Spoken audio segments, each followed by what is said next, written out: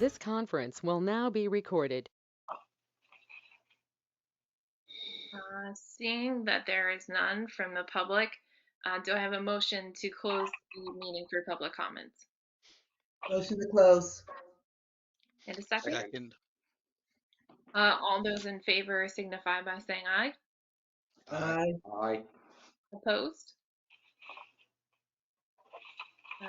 Moving on to the approval of minutes, the reorganization board meeting for February 1st, 2022. Do I have a motion?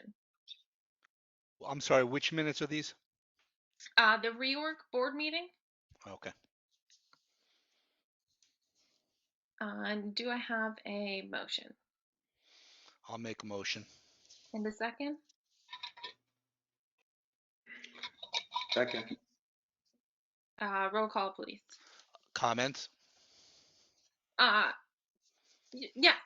Commissioner. Yeah, I have a couple of very minor comments Mhm. on pages 2, 3, and 4. On page 2, under the resolution 0201-2022-1, it's for you, Brianna. And in the fourth line, it says, next ensuing and/or until his respective successor shall have been appointed. So that should be changed to her. In the next resolution, it's for Ram, and it says until her respective successor shall be appointed. It should say his. And that's on page 3. On page 4, for Teresa Ford, it says until his respective successor shall be appointed. It should be her. And last but certainly not least, it says Arnold Schmidt until her respective successor, and it should be his. Those are Thank my you, comments. Thank you for that. Well noted. It will be taken care of. Thank you. Well, that's all with the assumption that you are identifying with the traditional pronouns. That is correct. You can use their, them, whomever you want to. It's up to individuals to state what they want. Correct. He So can now we or will- forever hold it. Otherwise, I'm using what he gave me. Thank you. Anything else? Anything else that you see in the reorg meeting minutes?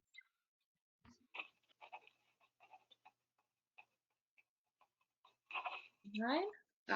We will make those changes, but we will move with a roll call. Okay. Or did we move it? I think we did. Yes. So roll call. Mr. Ambarrison, Yes.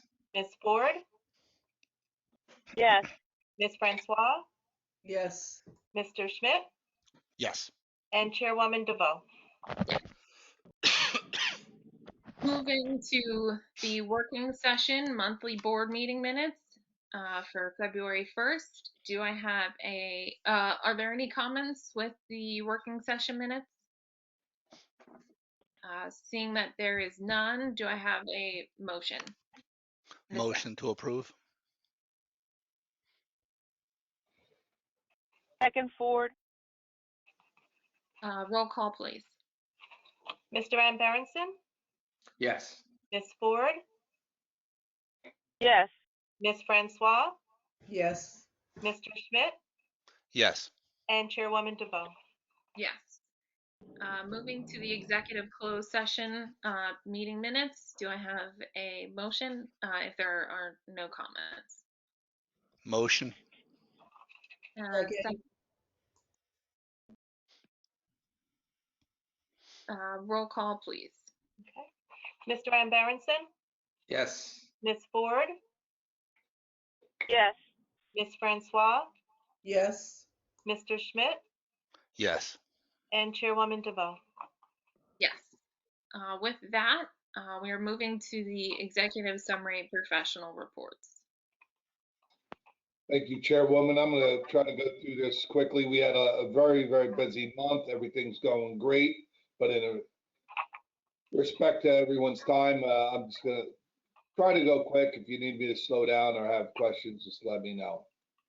Under legal, we worked on the Brookline Avenue vacant lot proposal / sale, the New Brunswick agreement, and the title search commitment for the Brookline vacant lot purchase. We worked on the extension and moratorium of the executive order and came up with a hybrid approach to compliance, the employee handbook and policies and procedures, which we'll talk about later, the New Jersey mechanics lien from one of our vendors, and lastly, the legal worked on the public bids and services and reviewed those documents. For the Marcy Street sewer shed rehabilitation project, it's moving forward nicely. We're at the end of that. We're in the second half of that project. Some clay laterals have been replaced. Manhole rehabilitation is currently in progress. The custom manhole rehabilitation was completed on Bates Court. And all lining is completed. The lateral connection repair and manhole rehabilitation is currently in progress. The Hamilton Street Pump Station, the bond closing deadline is April of 2022. We just submitted a requisition thanks to the hard work of April Roach. That will bring us over an additional $500,000. The East Millstone Pump Station Rehabilitation Project is also going nicely, but as I reported in the past, it is going slow due to supply chain and labor supply issues. With that project, the foundation footing is in the build progress, going nicely. The existing control cabinet was relocated, I believe it was relocated by PSCG temporarily during the construction process. The High Bay Garage project, it's a bit of a dynamic project. We did enlarge it, as you know. I may have the engineer jump in on this if Howard's available. So the cost of this project was increased not only because we increased the project, but it was increased because of quite a number of factors to somewhat over double the expected price. Not the end of the world, but I'm going to utilize the services of our financial advisor to look over my shoulder to ascertain or get to a comfort level to determine if we could pay for the project all at once or if we have to do it in phases. Now, this project, if it's done in phases, we have more planning to do because, you know, it's just going to require it to build the foundation, the utilities, and the building, and not finish the project is just going to require more planning. So I would no doubt be able to report cost and affordability plan for us next month. That's about it on that project. Somerset Street Pump Station Rehabilitation, the 60% drawings that should be submitted to the authority staff are in progress. We will need to replace the hoist to replace it with a larger hoist to accommodate the new grinders and the pumps that will be at that pump station. This project is sistered and tied to the Brookline Avenue sewer shed rehabilitation project. This I'm going to ask Mike McClellan to jump on. Mike, your video is a little pixelated, probably because that DSL or dial-up internet connection your company uses. I hope you can be heard. But the DEP did approve our increase in cost and the loan amount, and it also approved the use of our co-op, as I've previously reported. However, the SEP approval is going to be more difficult because of the buy board co-op and them having not that much experience using them. Mike, can you jump in here? Is there anything else significant I need to report to the board on this project? Thank you.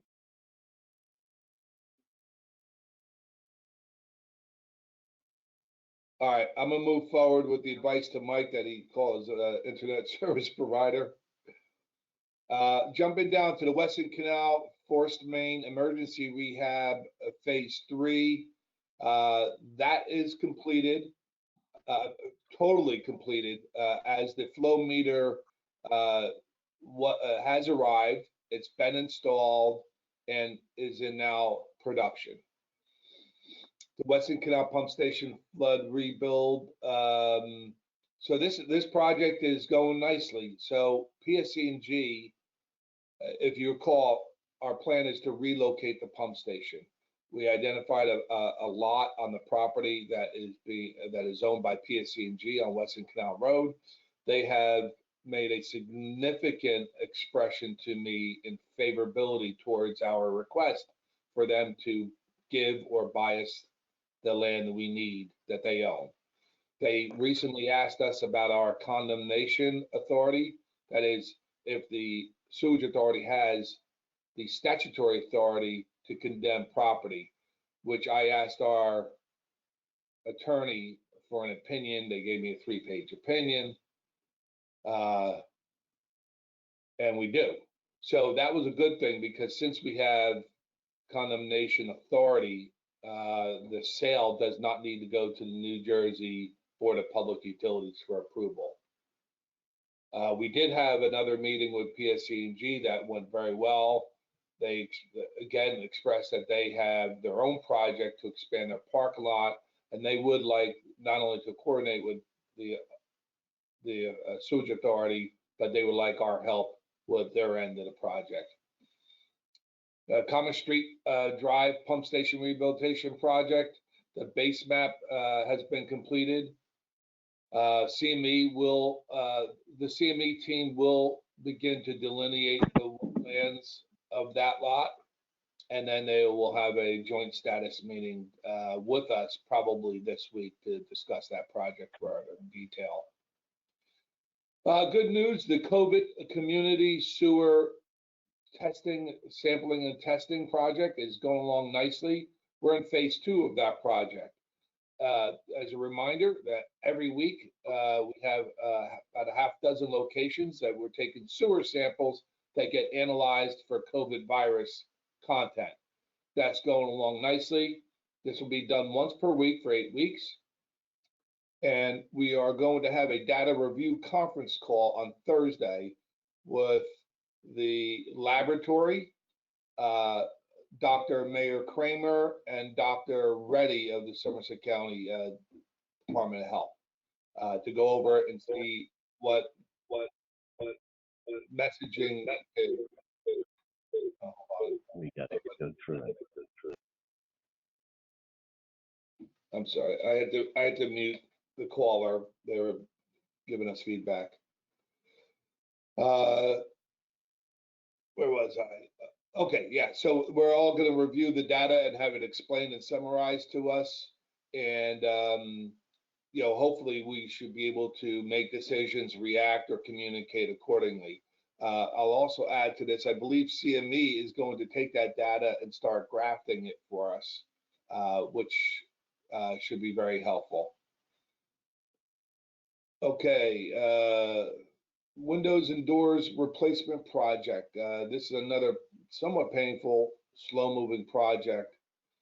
The CME has had the architect send over the documents. Those documents have been received. CME is in the process of reviewing them, and then we'll forward them along to the sewage authority staff for our comments. The biggest thing about these documents, they're quite inclusive, but they do not include the cost estimates for the project. Once we receive the cost estimates from the architect, then I could present the project and its costs to the board for approval, and also the approval to use the co-op instead of the bid process. So that will require a vote. We will be ready, hopefully ready by next month's meeting with not only the project documents, and the costs, so the board can vote and give us the approval for that. I'm gonna unmute the caller. Mike, is that you called in on the phone? Yes, that's correct. We thought better to do that way. We hear you loud and clear, and we have had internet problems, connection problems today. We thought we had it taken care of, but so we thought we'd go in. If you can hear us directly, we have our audio shut off on the computer, so you can see our image and the voice is coming through the telephone. Perfect. Can you hear us? Okay. Loud and clear. Mike, I jumped over the Brookline project. Let me just go back up to where that was. I reported that the DEP did approve the increase of the cost of the loan amount and also the use of the co-op, but the SCP approval may be more difficult than we would want it and add a little time to this process if we go with Bible. Is there anything significant this month that we'll be reporting to the board on the Brookline project? Yeah, just briefly, let me just add what happens when you utilize the iBank funds, and you may remember this from earlier projects. There's a requirement that smaller contracting companies be given an opportunity to whether they bid directly or whether they bid as a sub to the main contractor, and that's there's some special wording that has to go, and it goes to a group called the SED folks. We've submitted the plans to them. What's different about this is because it's a co-op that we're looking to utilize, which we discussed at some earlier meetings. It's a little ripple for them. We have Will Karosik has spoke to them directly. We heard that we should hear from them in about a week, so we're pressing that through. We have support from the other section of the iBank with regard to go into the co-op, and we're working quickly with them because we understand from your operations folks that this obviously needs to be done immediately. So we're doing what we can to try and press this through, but the co-op does add a small ripple to them, something they don't do often. So we'll report back. Hopefully by next meeting, we can present what's called an authorization to advertise or move forward and get this project on the street for you. Thank you, Mike. I also reported on the windows and doors that we're waiting on the cost estimate from the architect. And once we have that, we can present the whole project to the board and ask for their vote at that time. Is that correct? Correct. We should have a final number from the architect. We had a preliminary estimate around $300,000. We're waiting to hear by Friday. We'll have an estimate on what the final plans are. We were hoping to have it ready for you by tonight's meeting. But I think more importantly, as the director indicated, this project also is looking to utilize a co-op. The reason we do that is there's several reasons. One of the most important reasons is that it takes probably 2 to 3 months off the project schedule by going to the co-op. The bid process has been long and drawn out for many of these projects these days, and it's not uncommon to take 3 months from the day you advertise before you can award. Through the co-op, it's a much quicker process, and obviously, as the director indicated, we'd be working with your attorney to work out how those details are done. But basically, to give you a background on co-op, if any of you have been exposed to state contracts, there's a group that basically puts these projects out for bid. The whole process has been done in accordance with state requirements, and basically what happens is you're able to utilize these services without going to bid on them. So and it really cuts down the time, and that's why it's so important with Brookline and this to get things moving right away. The window job, as you imagine, is weather sensitive. If we can get it done in the warmer months rather than wait till we head around towards the fall, better to get it done at that time because they're changing all the windows and the doors in the building. Thank you, Mike.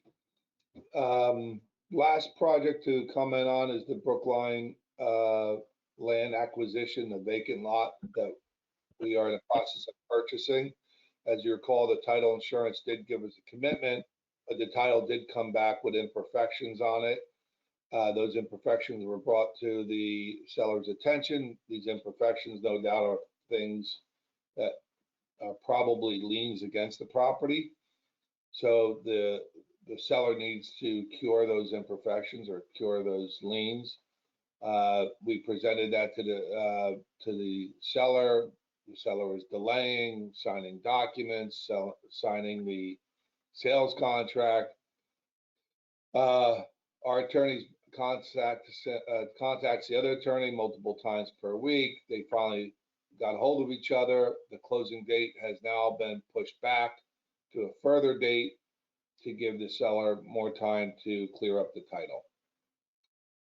That concludes Executive Director's project summary and status report, Chairwoman. Thank you. Does anyone have any questions? Okay, seeing there are none, moving on to the Executive Director summary. Thank you, Chairwoman. So for the month revenue report, as of January 31st, the checks were received were $2,488,309.10.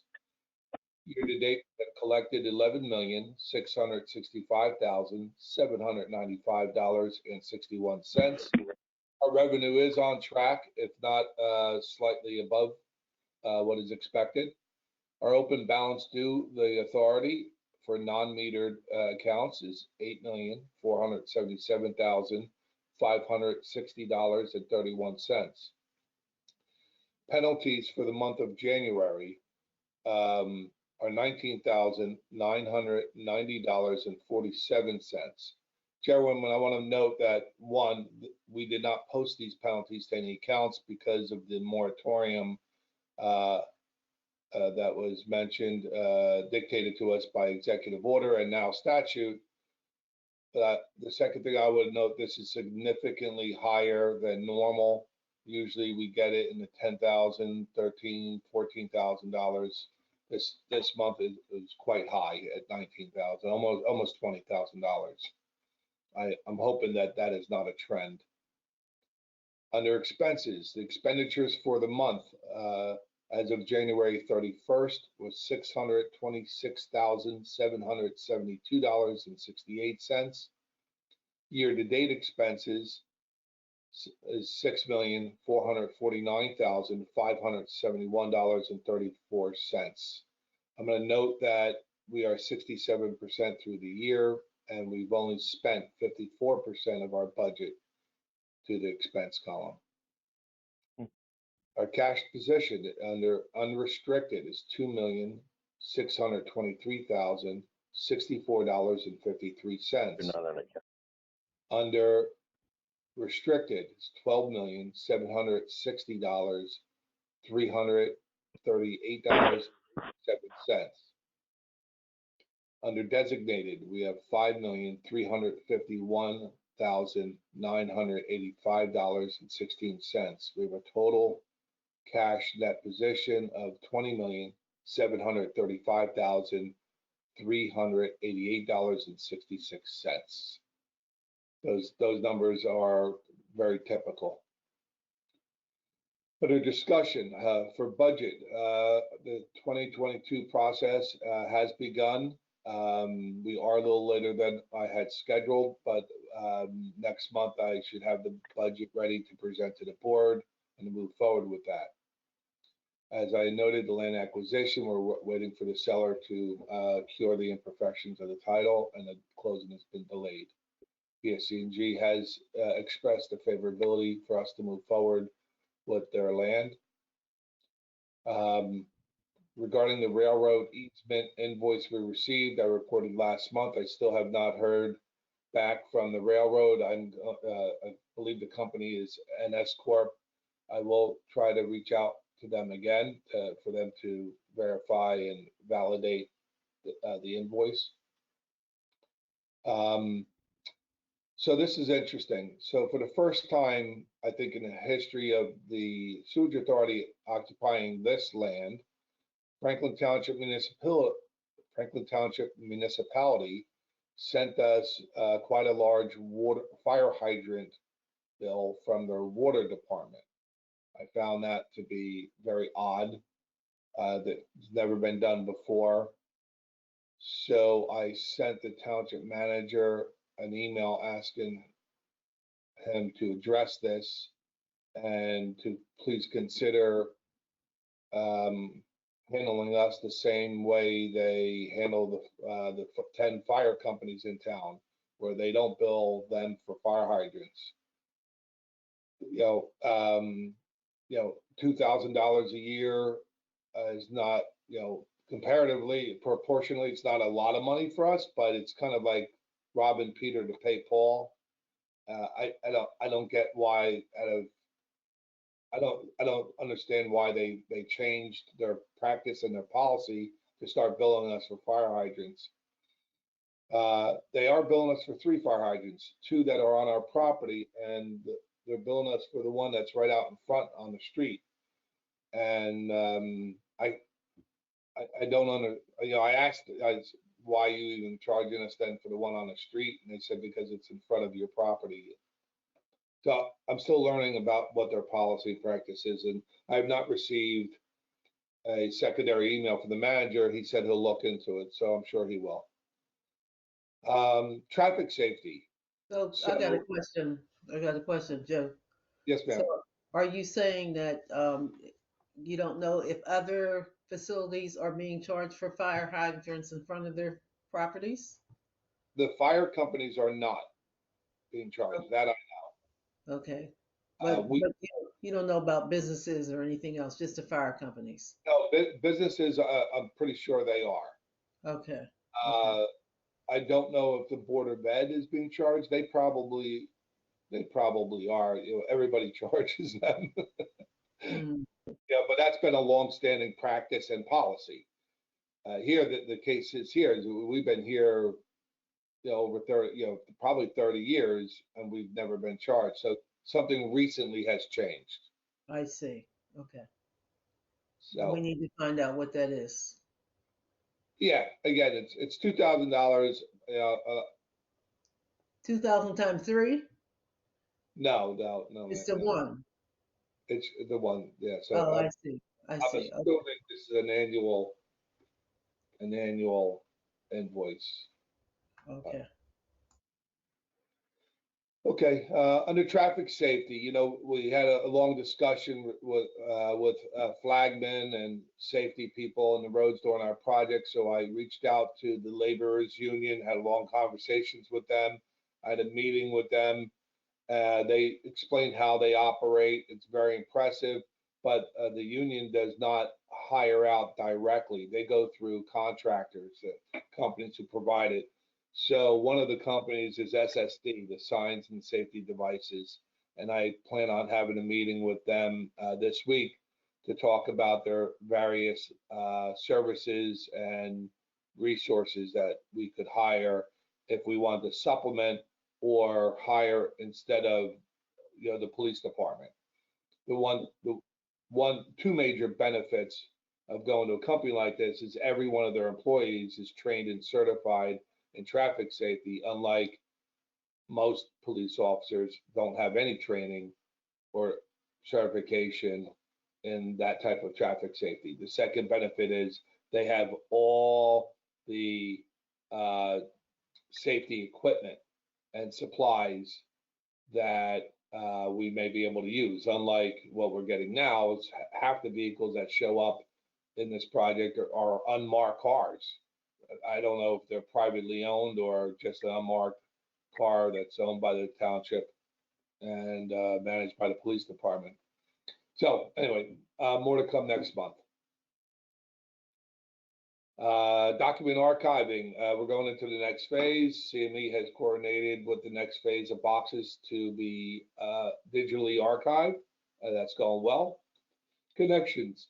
We have 6 new connections this past month, and we are on target with our annual estimate of new connections. Under staffing, I did contact the personnel subcommittee of the board, Ram and Commissioner Barrison and Commissioner Schmidt, to discuss planning, performance reviews, and there's a union issue that needs to be addressed. And I believe we will be scheduling and getting together sometime this week. Personality mentoring. That is in progress. The admin staff has begun and is in that process. The maintenance staff has also begun that, but we're not getting the same excitement, enthusiasm from them as the rest of it. Just a cultural thing. One or more of them, at least one, does not want to participate in it at all, but such as it is.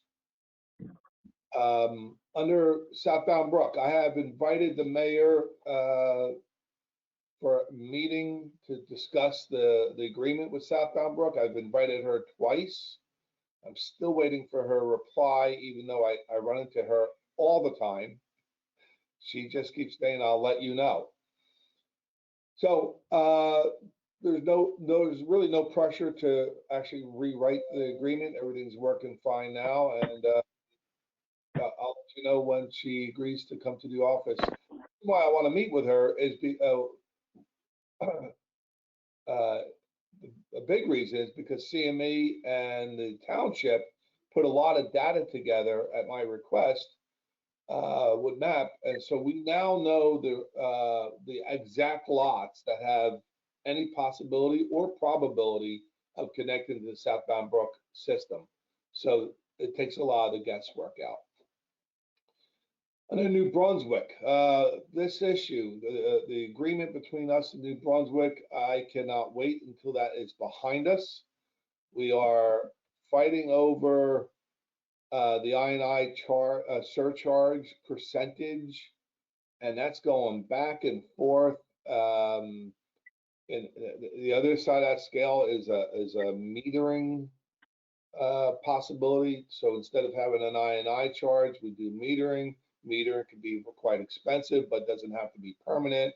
Where I&I surcharge, it might be only $3,000 to $5,000 a year, but it's kind of a forever charge. Plus the 25% is almost unheard of. So doing the best I can to vigorously support the authority along with our attorney and certainly our engineer. Once we get to a place where we're comfortable, we will report that to the board for a vote.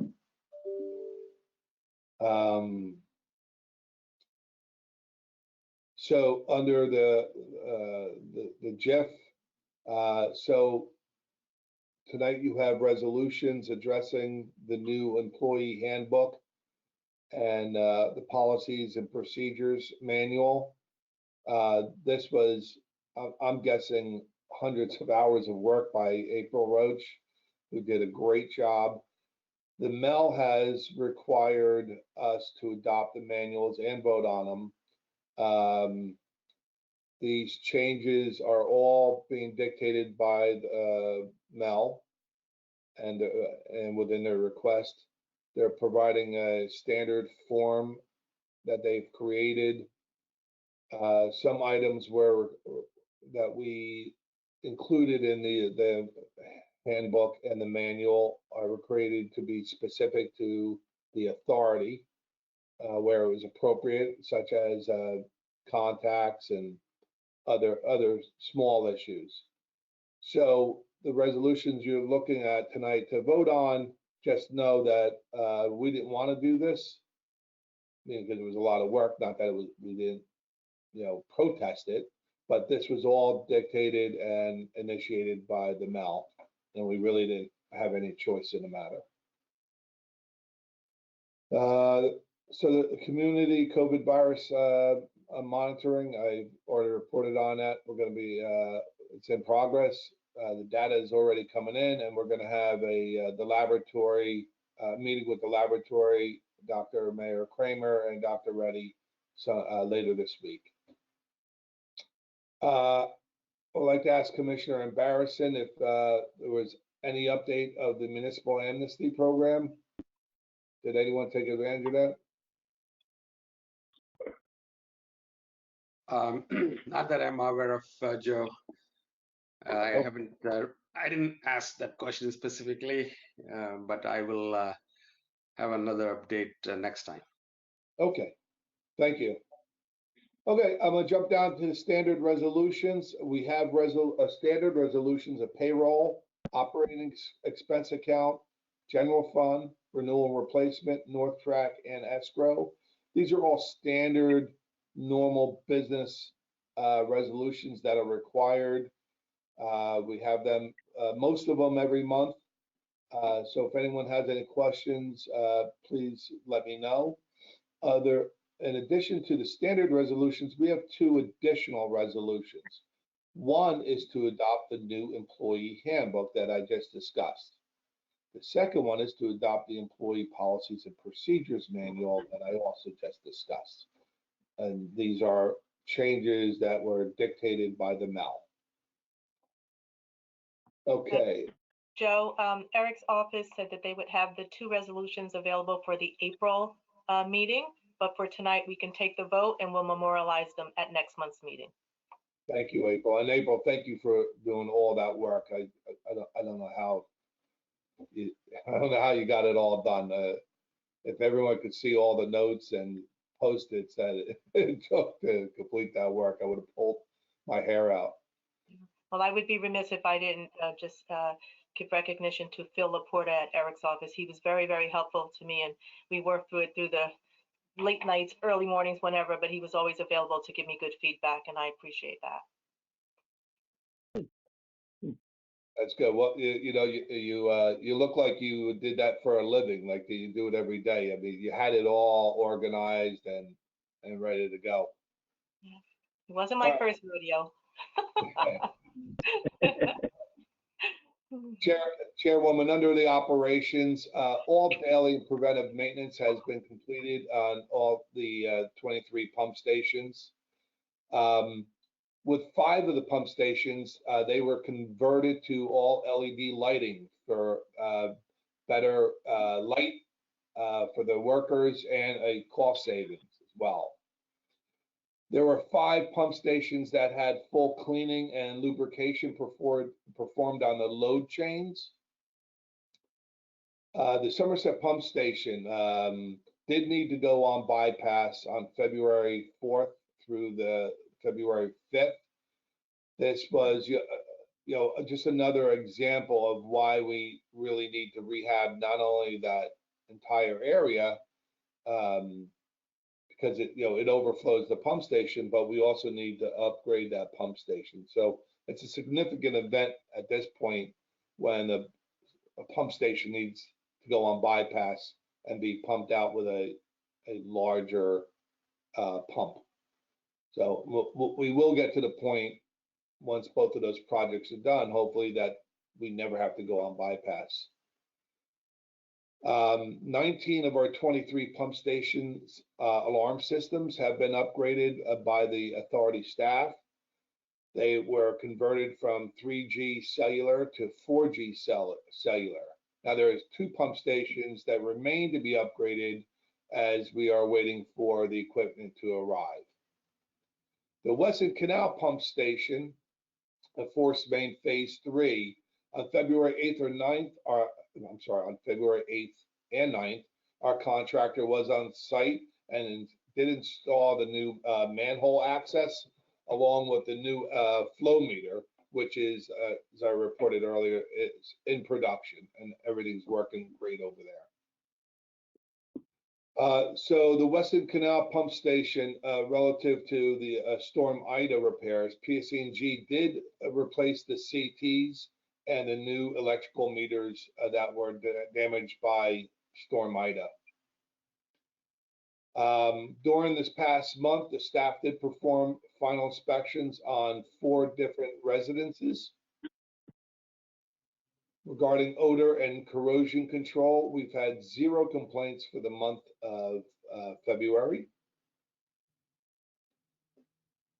Regarding the sewer flushing and cleaning, during this month, the authority staff flushed and cleaned 62,639 feet of gravity sewer.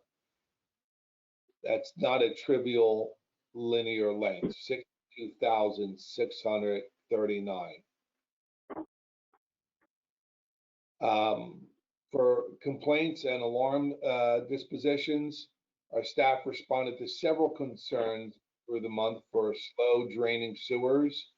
They were able to clean some clogs and stoppages using the curbside cleanouts. Most of the time, they were found to be on the resident side of the line. You know, our staff does what we can while we're out there, and since they're out there, but sometimes they just can't go any further on the private property. And in those cases, those homeowners were advised to contact a plumber.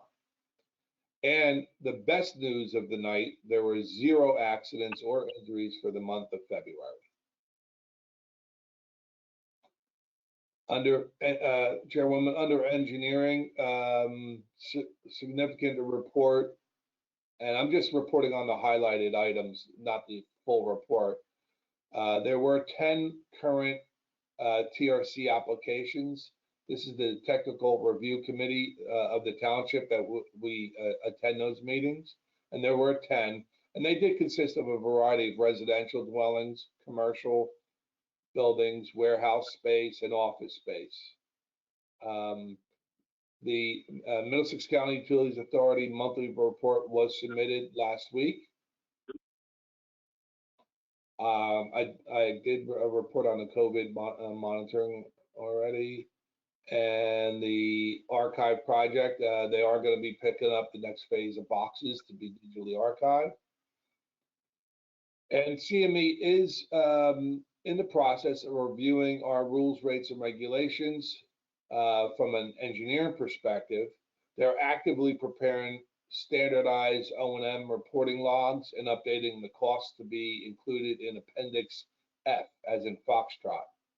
A draft version of these items will be completed and submitted to me by the prior to next board meeting, and hopefully I should be able to turn them around to present them to the board as well.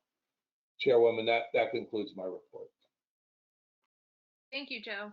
Does anyone else have any questions, comments? Just 2 quick questions. One is for Brookline. We're not out to bid yet, correct? Because we're still waiting for the other approval. That's correct. Okay. We're trying to do as much co-op as we can, correct, Mike? That's right. And you, if the SED and the IBank approve it, you won't have to go through and go to public bid at all. You'll authorize the expenditure through your purchasing folks, where, as you said, you don't really have to go to public bid. Okay. Save 3 months in the process. And you get a contractor that has done work for you before and is currently doing work for you now, which is what some of the other benefits are. Yeah, we get a known cost, at which you can negotiate it down, and you get a known contractor because you get a menu of contractors within the co-op. Understood. Thanks for the clarification. And for the second additional resolution, I know that we're looking to approve the new employee handbook, but what was the second resolution that was added? The second. Policies and procedures manual. Okay. Thank you. Madam Chairwoman, Yes, I have a question. of course. So, Joe, you mentioned a bypass. What necessitates having to do a bypass? I'm not familiar with that process. So, the way a pump station works is, you got all these sewer pipes that come into a big manhole or a big cylinder, if you will. And as that cylinder fills up, the pump comes on and pumps it out and pumps it away and or uphill. Pumps it, gets it out of there. Well, Somerset Pump Station can't handle that flow at times, like specifically during and right after it rains. So if we did not react, that cylinder, the manhole would overflow and you'd get sewage running down the street. So what we have at the pump station, we have 1 or more independent diesel run pumps that can handle more gallons per minute, and they work instead of the permanent pumps. They're pumping it and getting it out, and the neighbors hear the engine running. They're quiet, but you hear it running, and we have to send 2 guys there on overtime to monitor and manage this pump. So we're addressing this in a two-fork approach. One, we're going to rehab that whole area, because the reason why it's overflowing is because rainwater, groundwater is getting into our pipes through cracks, holes, whatever. So once we rehab that, we seal those holes, what we call I&I, that won't get in there. The other thing we're doing is we're rehabilitating, we're upgrading the pump station itself. So we have larger capacity pumps that can move more material. Okay. We're doing both. The worst thing for us is for sewer to overflow. It's not only embarrassing, but it is environmentally damaging, and it's really illegal for us to have, sewage flowing down the street. Yeah. Just that all the way around. So it kicks in automatically by itself. No, this particular bypass is not an automatic bypass.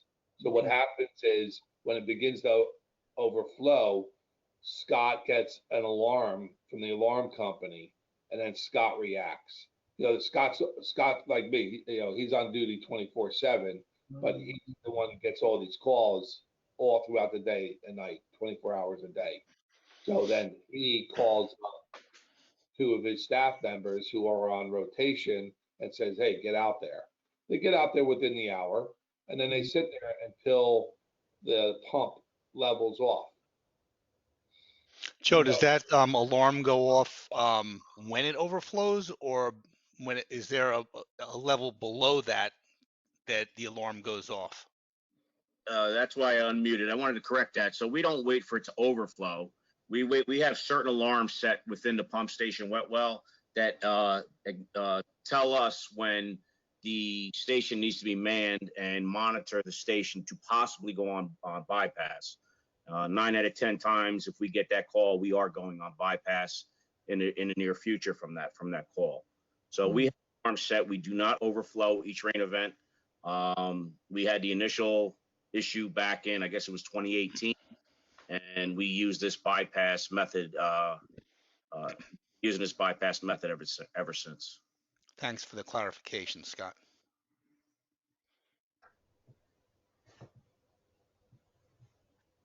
Yeah, and Scott was also was able to locate the big leak in the system back about a year ago, I think, that was responsible for the majority of the I&I, and we repaired that. But there's still, it's an old part of it's an old neighborhood. It's the older section of our town, and you just need to address the older sections of town. You can't ignore age, as my doctor keeps telling me. I do. Yeah. Councilwoman Francois, I hope that answered your question. It did. Thank you very much. Thanks. Does anyone else have any further questions or comments? Seeing none. Thank you, Joe. Thanks, everyone. Moving along to committee reports, negotiations and personnel. Is there anything to report?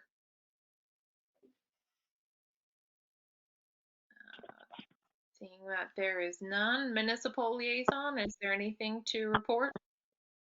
I have nothing for this month, but I'm hoping I'll have good news for you guys next month. Perfect. Thanks, Commissioner. Committee report for the construction committee. Nothing this month. Thank you. And safety committee report. Since there are no accidents this month. All right, moving on to the approval of the consent agenda. All items are considered to be of routine nature, thereby requiring one motion and 1 second for all items. If any member wishes to remove an item from the consent agenda, please advise me at this time which resolutions need to be handled separately, and they will be addressed and voted on separately.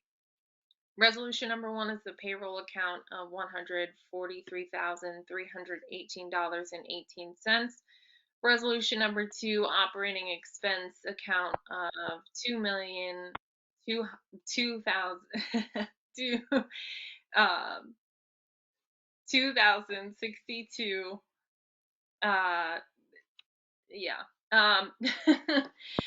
Resolution number 3, general fund expense account $54,196.82. Resolution number 4, renewal and replacement $400,077, $837.60. Resolution number 5, escrow fund account $11,155.50. Resolution number 6, North Track crossing account. And do I have a motion? So So moved. moved. Oh, And second. discussion? Roll call, please.